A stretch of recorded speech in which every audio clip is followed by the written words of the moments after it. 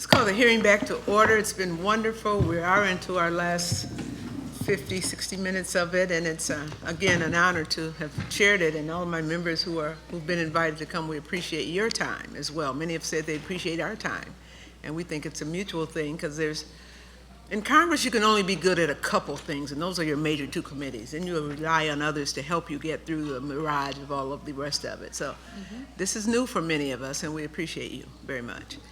We thought in this last hour or so that we go back to the panel first. If you have any comments that you'd like to make, then the members will question, and then the members will have closing remarks. We'll try to make time for that, and if you'd like to make a closing remark as well, we'll do that. I'd like to start off with this session with one question for all of you, experienced men of this government and otherwise. Why do you believe today and 30, 40 years ago, the military primarily has suppressed the whole idea of what might be unidentified flying objects or extraterrestrial? And we can start anywhere, but why do you think they've done that? Never mentioned it again, act like it never happened, it didn't really happen, those kinds of things. Is there something we ought to know there? Anybody got a comment on that? Sure. First of all, I think it's the technology factor. If they do have tangible objects in hand and have learned some technology, that is a very valuable stuff. That we don't have.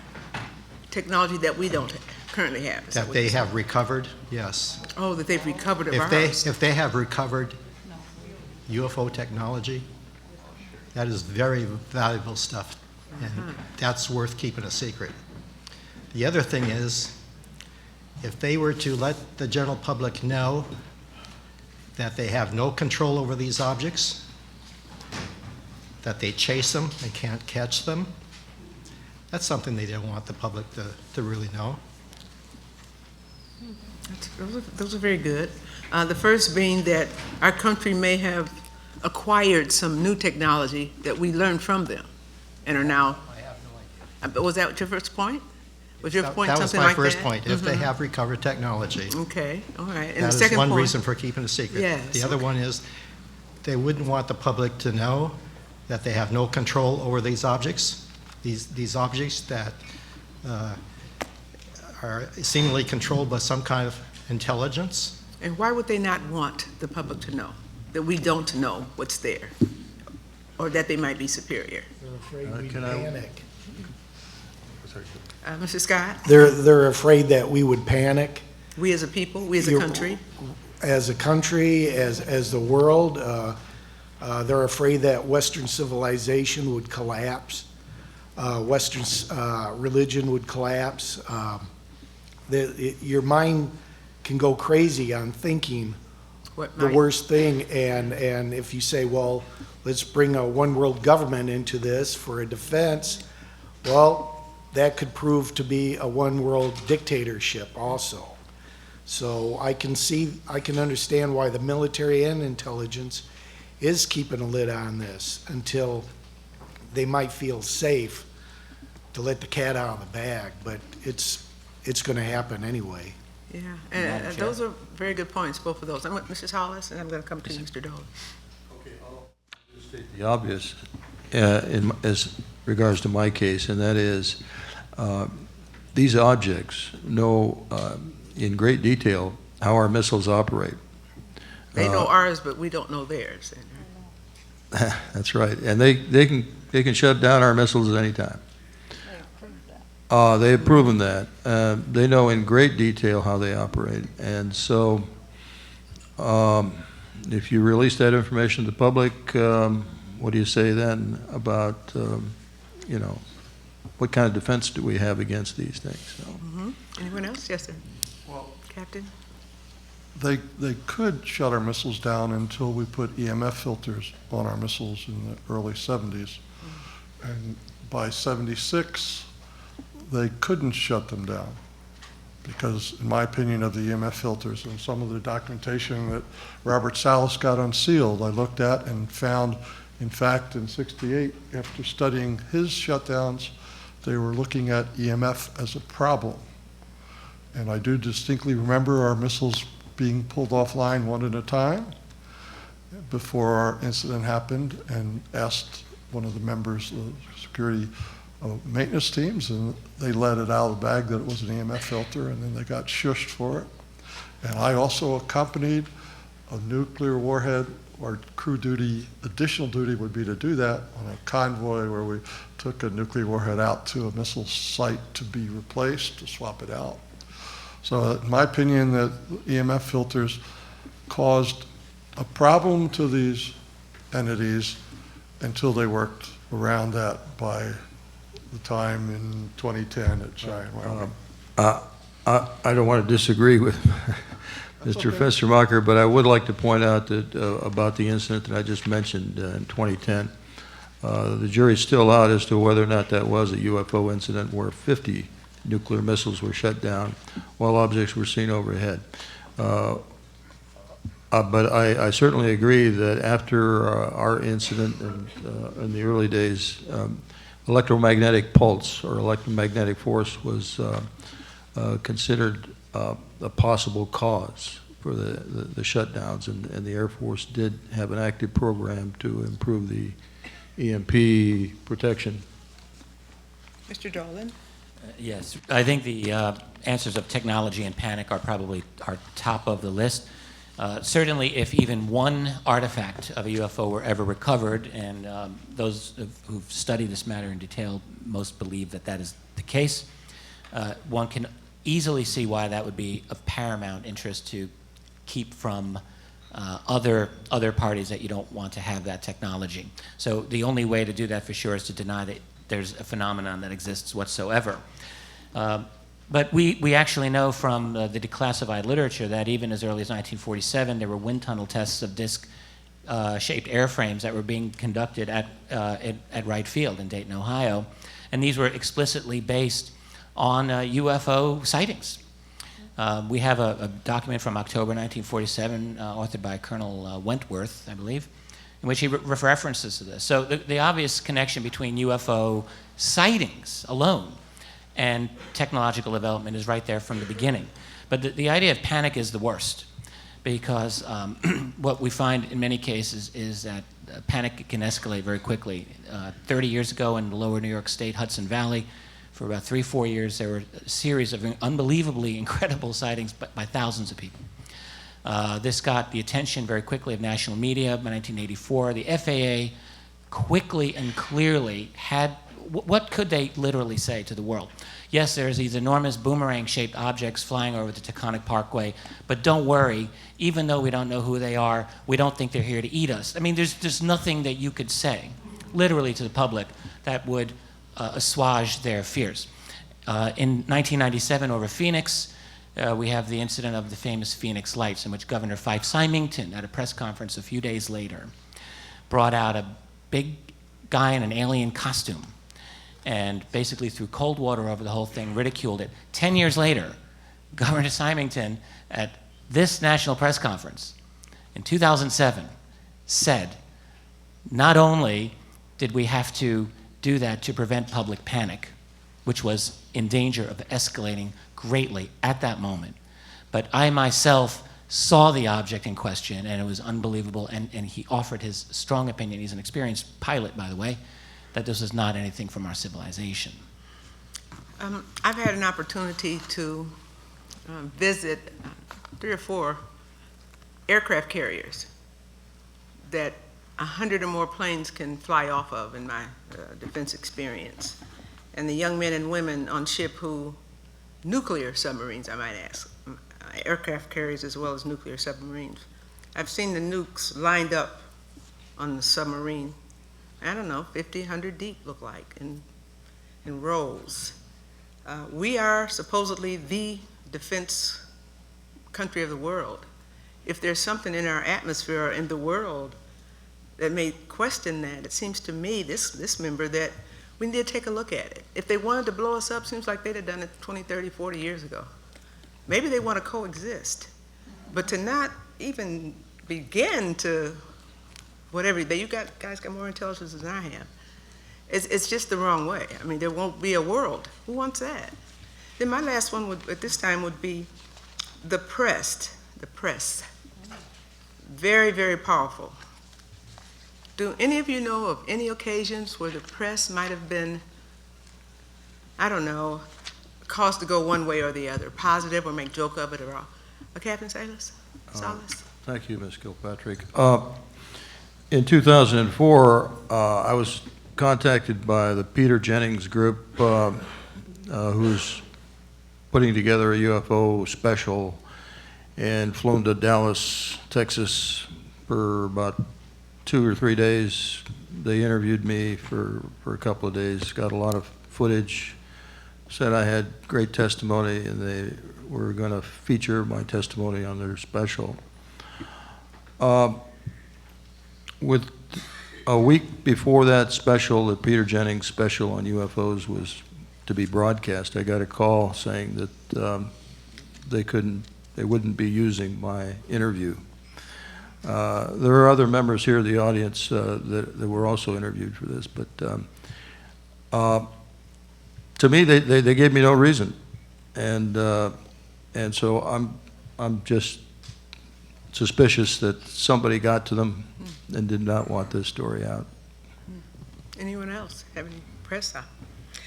Well, before we go to the members, does anyone else at the table like to make a final statement as we go through? It may not be your final, because we're going to interact a little while longer.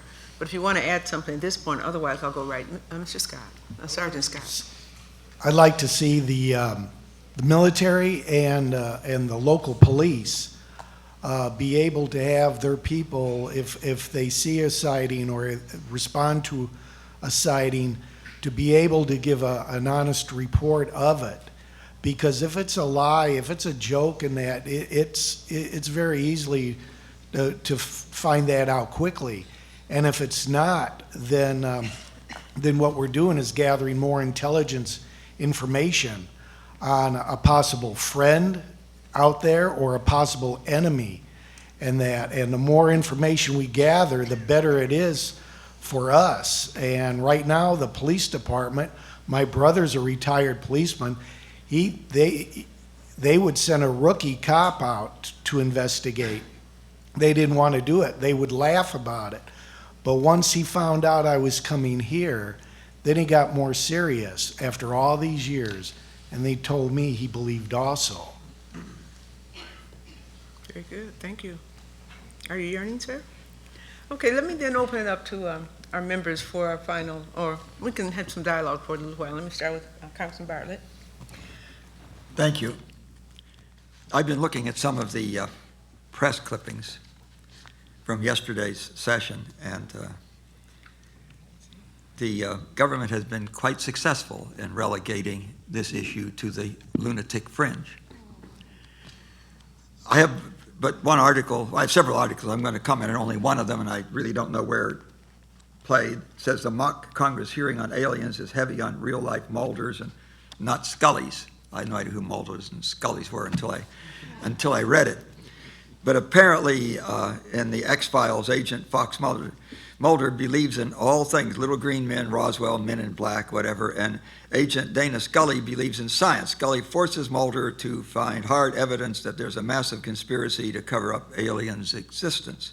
The problem with this week's alien panel, that we're an alien panel now, at the National Press Club, is that any of the participating members of Congress who might naturally be a Scully have been incented to suspend their disbelief because the Citizen Hearing Foundation is paying them $20,000 plus expenses to listen to the testimony. That's just insulting that we can be bought for $20,000. That's ridiculous.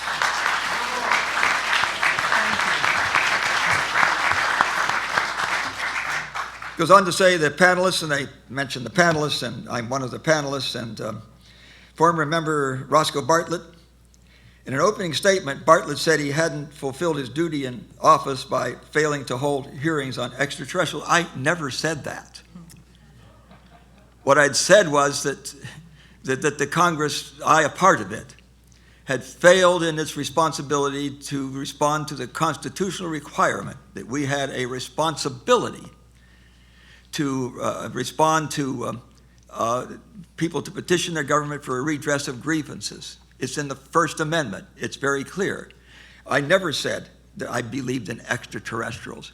I believe that there are sightings out there that cannot be easily explained away. That is one of the possible explanations of them. There may be others, but I never made that statement. Compounding the problem of eyebrow-raising testimonies that several of these politicians have reputations for being a little wacky. What is that in? What's that? And when it comes, I don't know who said that. huh? Who said it? Who wrote it? I don't know if you tell me. No, who's it from? What network or paper? I don't know. You know, I can't tell you. This is the article. You tell me where it came from. It's terrible. It's terrible. Yeah, I want to read on. Bartlett has, this is why I'm wacky. Bartlett is warned of the dangers of an electromagnetic pulse, a theoretical nuclear blast in space that would fry electrical circuits and kill the internet. This is not theoretical. We did precisely that in 1962 over Johnston Island. It's called Starfish Prime, and it shut down we didn't have any electronics in '62. It shut down electrical equipment in Hawaii 800 miles away. The Congress set up an EMP commission. It functioned for 8 years, for 4 Congresses. It was chaired by Dr. Bill Graham, the science advisor to President Reagan. Johnny Foster was on it, the father of most of our nuclear weapons. Dr. Joan Woodard was on it. She is the deputy director at Sandia Labs. And Dr. Lowell Wood from Lawrence Livermore was on it. This is the person that Tom Clancy told me, in his view, was the smartest man hired by the U.S. government. That commission functioned for 8 years. As a result of their functioning, the Pentagon has set up a permanent commission, a permanent panel, task force on EMP. John Kyle has made a statement that says that this is one of the few, as a matter of fact, I think it's the only event I know of that could end us as a sovereign nation. You can read his comment on that. You know, I'm just insulted that the press does this. You know, these statements have no basis in reality. And I want to point out something else, how successful they've been. Here is a fact sheet that is put out by the Air Force. And it's about unidentified flying objects in Air Force Project Blue Book. They did everything they could to debunk 618 sightings, but 701 of them, they could not find any way to rationalize it away. That's a pretty large number. And then they make 2 statements. You know, one thing they say is that there was never any indication of threat to our national security. Then why in heck the classification, the secret classification, if there's no threat to our security? Those 2 things are just mutually exclusive, aren't they? You can't say one and then not and say the other.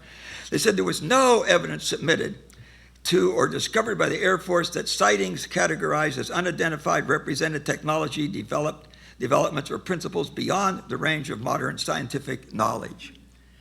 It reminds me of Goebbels in his statement, just say it often enough, no matter how big the lie, and people will soon believe it.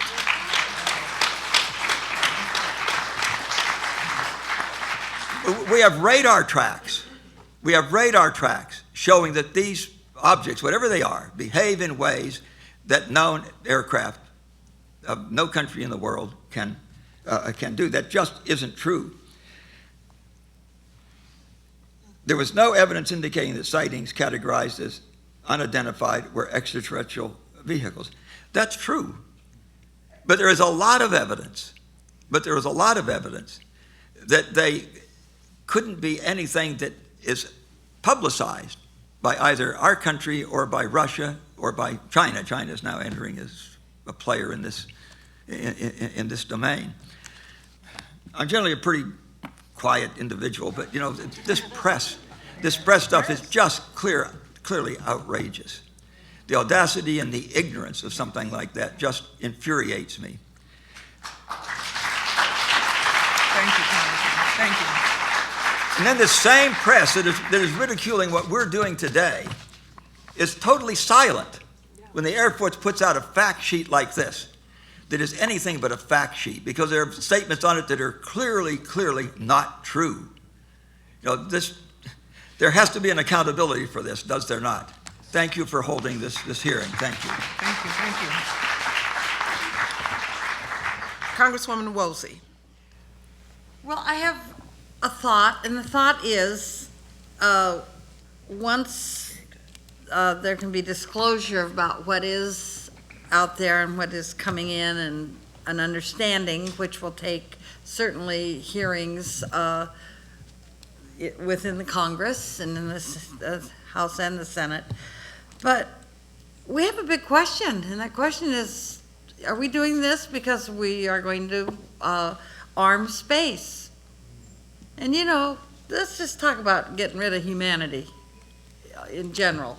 That will, one more war, but it's up there in in space. We don't want to do that. And I just think this is the sneaky way to get there, by not admitting that there's all of this challenge out there. And I honestly believe that the visitors, the UFOs, have shown us what they can do. I mean, they can turn off full nuclear sites, and they don't have to. That's probably why we have seen less and less recently, because they've done what, you know, if humans can't figure out what they're capable of, then they don't need to show us any other way, because they probably aren't violent, because if they did what they're capable of, they'd probably be eating some of us, you know? But they're annihilating us, yes. And we don't, you know, come on. We need to talk about this. We need to be furious at how the press is covering it, and they will. But thank you, everybody. And we've got 3 more days of this, you know, so we'll be thanking, I guess, till the cows come home here. But we've got some work to do. And our world has some work to do, not just the United States of America. So thank you, Madam Chairman. Sure. Senator? Well, I'm sorry I ruined his afternoon because I brought the breast stuff to his attention. It's garbage. Your fault, it's garbage. huh? But does that surprise you? I would ask one question on the Peter Jennings. Did they go on with the show? Yes, sir, they did. They just took you out. They just took me out, and I Did think... they have any good evidence in the show at all? Not in my opinion. Didn't do the Good. topic. Okay, that's par for the course for mainstream media. He brought to my attention, so he's ruining my afternoon. This is the fact sheet put out by the government.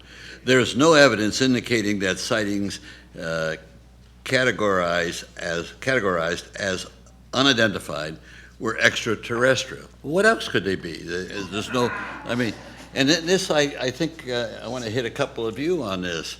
You know, you can say, well, we're skeptical. Sure, I'm skeptical of everything. But by the same token, if there's no other rational reason for something, you have to come to a conclusion. And the conclusion I can share with you, which is just logic, is if there's anything in this whole compendium of knowledge of UFOs, it's got to be what happened at Minot and Wyoming and so forth. What's been proven is that somebody out there, extraterrestrial, can shut off our defense capability just like that. Just like that. Now, how do you think that makes the people in Congress who are appropriating billions and billions of dollars for a defense system that doesn't work if you really push to shove? And so if there's ever a rationale for the government in cahoots with the military-industrial complex to defend the appropriation process that feeds them, it's got to be what's been discovered, and they've got to put a lid on this. I mean, this makes all this wealth obsolete. I'll give you an example. What happened recently? It happened in Alaska. You know, we've got these silos in Alaska. We've got 16 of them. And of course, nobody's proven that they work except the phony testing that's been done. Now, as soon as we had this craze with North Korea, what happened? They appropriated money for another 14 silos. That will make 13 silos to go after North Korea. And I don't know if any of you know the defense concept. It's more expensive to build a shield than to build a spear. So you build all the shields you want. All they do is have more spears to get by your shields. So this is the first thing I learned in one of the hearings on the subject.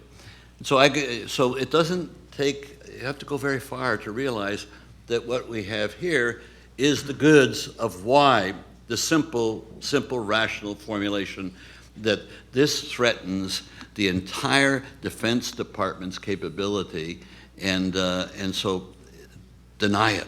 It doesn't happen, it doesn't exist. Anybody talks about it, they're idiots.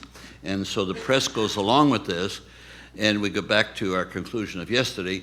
You know, I tried to conclude that we have a country ruled by juntas, military juntas in corporation, in cahoots with our corporations.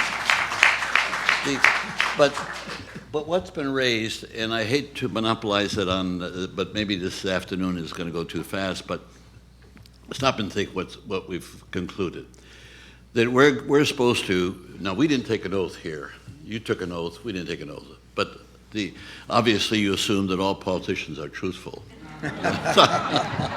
Well, that's a fair assumption. But let me point out to you that the hope is that we will go back to members of Congress and try to persuade them as to the knowledge that we've acquired. Well, I'm for one, will confess, I don't know anybody in the Senate that I could approach that could give me 5 minutes time on this particular subject, before or after the hearing.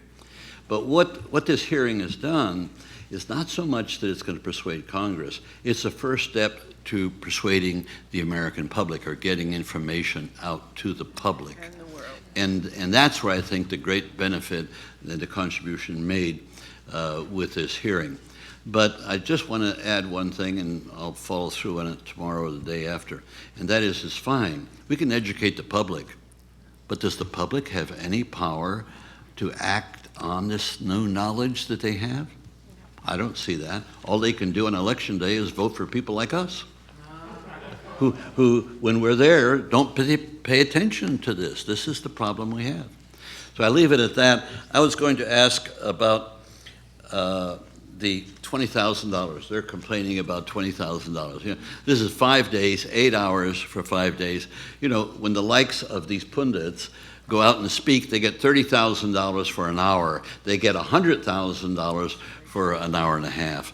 I mean, it's ridiculous that it took that this is raised by, and it was raised in an interview. Somebody raised it with me, and I says, "Well, what do you get paid when you're out on a stump?" This was somebody from Fox, and he confessed $25,000, $30,000 is what he gets for an hour, and we're putting in 40 hours here. So we're underpaid, if anything, but based upon the knowledge that we have. So I think we've concluded the reason for the cover-up, and that's really what we discovered today, this afternoon, was that somebody can shut off our defense just like that, and it's an embarrassment to the Air Force, it's an embarrassment to the federal government, it's an embarrassment to the Congress, and of course, nobody wants to face that embarrassment. I yield, I reserve the balance of my time in case I want to come back. That's right, that's right. Thank you, Senator, very much. Congresswoman Hooley? Yes, thank you, Madam Chair. First of all, I'd like to thank our panel. You have been terrific. And anyone that wants to jump in and answer this question is, I'm originally from North Dakota. I'm very familiar with Minot. So I have a problem with understanding why anyone would go to Minot, but I'm sorry, that's not a good thing. I love you, North Dakota. But what if wherever they come from, somebody is in Minot shutting off the missiles? Why? I mean, is that to show us that they can do that? Is that, why would you do that? Can I try that? First of all, the world is facing a crisis right now about nuclear weapons. I don't have to remind you about Right. those possibilities in countries that are trying to acquire nuclear weapons. We have enough, and we've had enough nuclear weapons to destroy every living thing on Earth for a long, long time. Right. And it would not take much to start a nuclear war, in my opinion. And that risk is getting worse. So I do believe that, and I think they are extraterrestrial, and this is just my opinion, that they are here to at least point to the fact that we are on the verge of annihilation, of suicide, if you will, our own civilization. And they would like to see us get rid of these weapons. And that's the message I got from my incident. That's my own conclusion, Okay. that this was strictly a message. Get rid of your weapons. Get rid of those nuclear weapons. They are not weapons of war, by the way. They're weapons of mass destruction. Right. They would never be used in a real war because it would just be a complete suicide for civilization, like I said. Anyone else want to jump in? Yes. Sergeant Scott? Yeah, in June of 2001, President Bush came on scene on ABC News, and it was carried throughout the networks and in Popular Mechanics magazine. He had with him a general from the Air Force, and he was announcing that the general was going to be the head of a new military force called the Space Force. And they were going to build this force and also put a military base on the moon. Now, nobody questioned him on why, what was the purpose for that. But then September 11th comes around, the terrorist attack comes, this general is posted as the chairman of the Joint Chiefs of Staff, and the Space Force never comes about. The question I have still, why did he want to create a new military force for outer space unless there's a threat? We have one. We have a space force. It's in existence. And it's been written about extensively. It's there. Good. All right. Some acknowledge it and some don't, but your point's well taken, Sergeant. Black Ops? Black Ops is real. Well, Yeah, I know. you want me to answer that? No? No, I won't. No. No. Let me go with I'm sorry. He jumped in. Right, I'm sorry. You're absolutely right. Continue. It's your time, Congresswoman. So I'd like to hear from you. I just said that what he's talking about is Black Ops. And I don't doubt that. But I'm concerned that they're trying to tell us. I don't quite totally agree with Bob, but I do agree with him. That's okay. I think they're at least trying to tell us that pay attention. You know, we have the power to do this. Be careful. You know, and one of my, I've got scenarios in my mind I've thought about this an awful lot.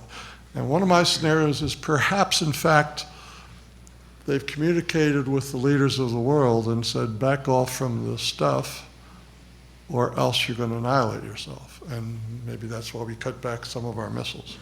In other scenarios, do these, I'll call them beings, do these entities, are we aware of these entities enough that they can go public instead of saying, you can't handle the truth, we can handle the truth? And going public with an innocuous thing like harmless beings that are visiting us just to keep in touch and everything's fine? Or do they consider us a species like we consider apes a species, or dolphins, or perhaps rodents, or perhaps insects? So that sort of thing I don't want to know about. If it's just the fact that they're visiting and they're trying to tell us to watch out for nuclears, they can come forward with that. The government should come forward to let us know, to ease our minds a bit. However, if it's the other scenarios, I just want them to come forward and lie to us and tell us the entities are nice beings and they just want to warn us about nuclear. I can't handle that truth, that we're insects to these people, these beings. So. Thank you so much. Yes. David? You've asked us to speculate. I don't know. You probably don't know. No, I don't. But these missiles being shut down, Captain Salas described 2 flights that he's aware of. I described to you 1 flight of 10 missiles that I'm aware of. But I'm also aware of other launch officers who've described to me similar situations. So, it's not unique that him and I have been involved here. I mean, this was a situation that was occurring quite often when I served in 1966 and 67. And who knows that it's not still happening out there. There is no active officers of any kind that will come out and admit that right now. But what I'd like to know is, what's your speculation on these missiles being shut down?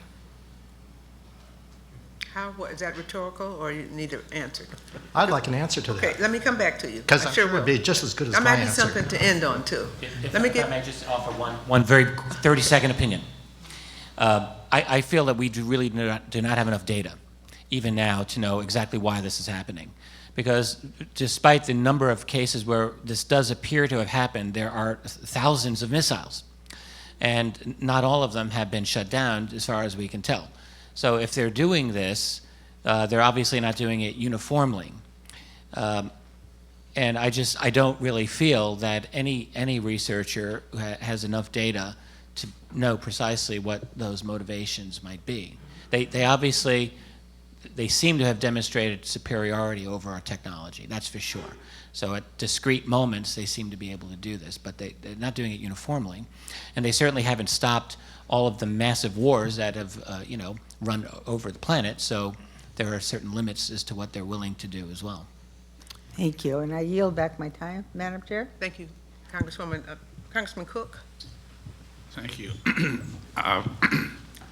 From the things that you've described today, you all must have done what Captain Fenstermacher just indicated he has done, and that's think about these things a lot during the times when you didn't say too much anything publicly, and after you've come out and started speaking, which again, I congratulate the two of you that have done that today for, I understand, the first time.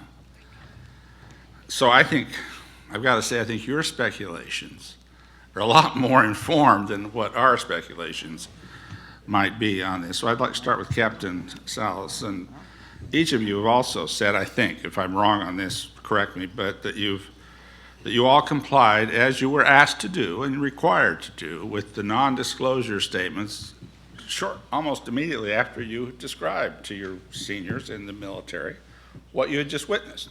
Am I correct on that? Yes, sir. You didn't. See, I was involved in 3 sightings, 3 different bases, and not one time did I have to sign anything away. Okay, Sergeant Scott, I appreciate that clarification. But I'm right. For example, let's start with Captain Salas. You signed those. Absolutely, sir. Okay, I signed so a non-disclosure statement. Absolutely, and I think your reasons that you might give this committee, this panel, as to both legitimate reasons why you might have been thinking over the years or at the time that the Air Force might have asked you to do that, and the illegitimate reasons why they might have asked you to do that. You must have some idea on both sides of this. Why did they make you come in and sign that right off the bat? I mean, and why were you then here, the whole culture was, don't talk about it or you're going to be in trouble. What were the legitimate reasons for that, if any, or illegitimate reasons for that, if any? I think I discovered the main reason, and that is this on? Okay. That the Conant investigation was ongoing at the time. Okay. And the idea of the Conant investigation basically was to give the Air Force a way out of investigating UFOs. And if they had allowed me to speak to the Conant investigator about my incident, and Mr. Fiegel and Mr. Mywald and Mr. Carlson, they would have discovered that this was really a serious problem. And so that, I think, was the primary reason they were so anxious to get us to sign these non-disclosure statements at the time. But that can also be very illegitimate, am I right? I'm talking about from the Air Force's standpoint. Well, if What I mean is they I were can honest, see- if they were honest about this, Yeah, now, that would have what been should they have done? illegitimate. And my question is, what should they have done, and what should we start insisting the Air Force do? They should have been honest about it. I They should have couldn't agree been more with straightforward honesty. about it and let the people handle it. This belongs with the people. The people should decide something of this import and not a small group of individuals in and out of government, which is what is going on right now. There is a small group of individuals inside government and outside government that are controlling this phenomenon. They're controlling the technology, they're controlling what's said about it, they're spreading disinformation about it, they are controlling the press, I think. And that's how they're keeping the ridicule factor going. Well, 1967 or 66, during your experience, that's 45 years ago. 46 years ago. Yes, sir. Why aren't they releasing some of these statements by now, if you have any reasons for it? I mean, I just want to, I want to understand this as if you best want- I can. There's no way to pry open a can unless you have the right tools to pry it open with. If you just want my opinion, I'll be glad Yes, to. well, that's what I'm asking. just I give want to you know an anybody opinion. else's opinion if you have one. I do think it's about power and greed. It is not about concern for public safety. That window passed a long time ago. But right now, because they have discovered so much about of the technology and many other things regarding to this phenomenon, including paranormal subjects like telepathic thought, things like that, which are part of this phenomenon. We didn't talk about it, but it is part of the phenomenon. And the abductions that are going on, another part of this phenomenon. This is such a complex thing that these secrets are so powerful that the men controlling this, men and women that are controlling this, I think the main motivation is power and greed. Captain Fenstermacher, we're going to ask you this then. You made the comments about the filters, and I don't know all the technical terms, but I was quite interested. The timing of those filters coming on to protect nuclear installations, and that was in the 70s, you say? Well, 74, 75. I would ask Captain Schindele and Captain Solison, isn't it likely or not that what you said to them, they believed you because they started building technologies to protect against the very thing you were witnessing about. Am I right on that? Well, sir, as Mr. Bartlett pointed out, it was well known that nuclear explosions produce electromagnetic pulse. But they don't just appear to the point where you need filters for the silos. Well, go ahead. Excuse me, I didn't mean to. There was a bench test done at Boeing on the logic coupler, and it was shown in this bench test that at a certain frequency of EMP injected into the logic coupler, that the coupler would be disabled. So they had that evidence. And so there's no doubt in my mind that one reason they tried to protect the missiles from EMP was nuclear explosions, but the other was as a result of the incident that I just described, to help protect against UFO disabling the missiles. But of course, they knew But that. whether or not it was successful Okay. is another question. Okay. Gentlemen, would you yield for just a moment? Oh, certainly. I just wanted to make an observation about that. We have, using these bench test facilities, several times noted deficiencies in our ballistic missile system, and we have corrected those. The last time we tested and the last time that we found deficiencies and fixed them, we never tested. We don't know whether they're fixed or not, but neither do the Russians. And so there's that big question, and that's how we left it. They aren't so sure what they'll work. We aren't dead sure they will work, but if there's any question about whether they will work or not, the mad philosophy still is operative, isn't it? Okay, I appreciate that. And Thank you, also sir. just wanted to quickly ask then, so it's a little bit unclear in your mind, Captain Salas, Captain Schindele, that these filters that came in the 70s that were described here today, that they could have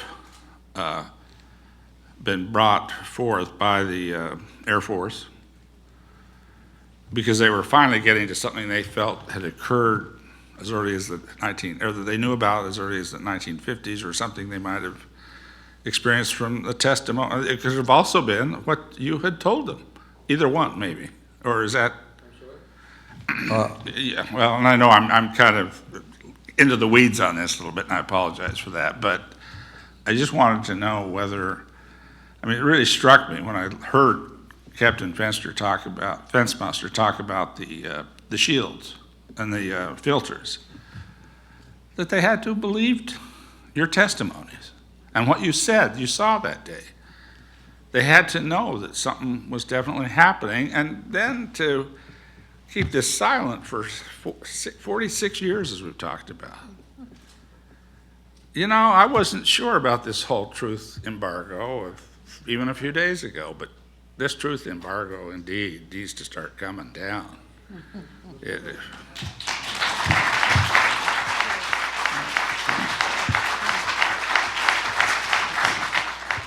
Book that Bob Salas had released was very lengthy, really with 3 sub-documents, and I spent a lot of time scanning it, and in fact, there was a little piece about UFOs. What it was a technical explanation of all the echo sites and what happened at each of the sites in the first document. And there was a little piece about UFOs, and it said, the rumor of any UFO creating this is disapproved, disowned, I think was the word. Disproven. The rumor was disproven. Now, I don't know how you disprove a rumor. Yeah. But at the very end document, it was a 68 document where they talked about they were concerned with how EMF affected it, and that Boeing was going to work on the EMF problem. And I think what we installed was result of his Echo and Oscar flight, and not his testimony, because it didn't happen. They didn't believe him, but the technical... Just because they said they didn't believe him doesn't mean they didn't believe him. Well, yeah, but the technical aspects, they couldn't say didn't happen, because Echo flight had all these errors, and this is what happened. Okay. I think you're being very humble, Captain Salas. You probably, and all of you, because you probably create a lot more technology than you believe, or that you even are willing to talk about. Thank you very much, Congressman. Congressman Bartlett, did you have another comment you'd like to make? Did you have another comment? Yes, thank you very much. I wanted to make a comment about the ballistic missile defense that the Senator Gravel was talking about. He's correct. Our major ballistic missile defense is in Alaska. It will intercept missiles coming over the pole. Most of our potential enemies, the shortest route to get here is over the pole. In my judgment, I hope it will never be used. because the only time I think that it would be used is when the Russians, if they were to launch, and it would be very quickly swamped. They have thousands of missiles. If we're lucky, we'd take out the first half dozen or so, and that's it. This system is really made to defend against countries like North Korea and Iran. These people may be evil. They are not idiots. They will not launch from their soil. I have no idea why we're waiting until they develop an intercontinental ballistic missile which will reach us. They know that we will know from where it was launched, and they know that within about 30 minutes they will be vaporized, the whole darn country. They're a huge threat. But the launch will not come from their soil. It will come from somewhere in the ocean. We have big coastlines, essentially totally unprotected, and they will not be protected. Even if we decide we need to protect them, they'll not be protected for years. And that's where the real threat comes from. And I think that the monies we have spent on our ballistic missile defense in Alaska are wasted monies, because we cannot protect ourselves against Russia. In my judgment, they're the only country that would ever come over the pole. Because if you have 100 weapons coming over, you know darn well where it came from. No one else has that many. So you know very well where it came from. It came from Russia. So they have no reason not to come over the pole. No one else has very many weapons, and they're not going to launch from their soil, because they know that, with our triad, with our submarines and so forth, they know that within about 30 minutes we would vaporize them. Do you think they would do that? That they're a huge threat, but it's from the ocean. It is not from their soil. Thank you. Thank you. That was rhetorical. You don't feel compelled. Okay. Let me get up. Sir, Senator has also want to make a final comment. Senator? Oh, no. I want to follow through with that. Captain, you made a challenge to us to respond. Would you repeat that challenge? Well, you asked us to speculate on the reason. No, you were asking us something that Well, I asked you right back. What's your speculation? Well, here, you were wondering whether or not we have forces in space. What do you think that all of these weapons are, ICBMs in Alaska, are about? You think they're about Korea? He's mentioned possibly Russia. They're not about Russia. We can, with our submarines, one submarine can hold, which has got over 250 warheads. We can hold any people in the world hostage. Did you not notice a year ago, it's within a year, that the United States had a satellite and we let it come to Earth, and before it came into the atmosphere, we shot it down to make a demonstration that we have the capability of shooting down satellites in outer space? Do you recall that? Okay. Do you recall that 6 months later, the Chinese did the same thing to tell us tit for tat, you can do it, we can do it too? And what country, and of course, the amount of money we're spending to weaponize outer space is the supreme idiocy of the American government. Because we are the most vulnerable. If you talk to any scientist, any explosion in outer space, who's got the most satellites? I mean, you had to wipe out our whole communication system. You had to wipe out our economy. We're all dependent on satellites. So this is the kind of leadership and the appropriations that go forward in this idiocy. And now when you talk about, you get a president of the United States when we cut back, 100 nukes, and the Russians cut back 100 nukes, and we're breaking each other's arms, patting each other on the back. Just think of the insanity of targeting Russia and China today. Our banker is China. Russia, all they want to do is sell gas and oil to Europe so they can live well. And so it leaves you with the question mark, and this goes back to maybe and I'll end on this. You can be suspicious of what we don't know, but what we do know is so horrifying that you don't have any room for suspicion. It's a fact.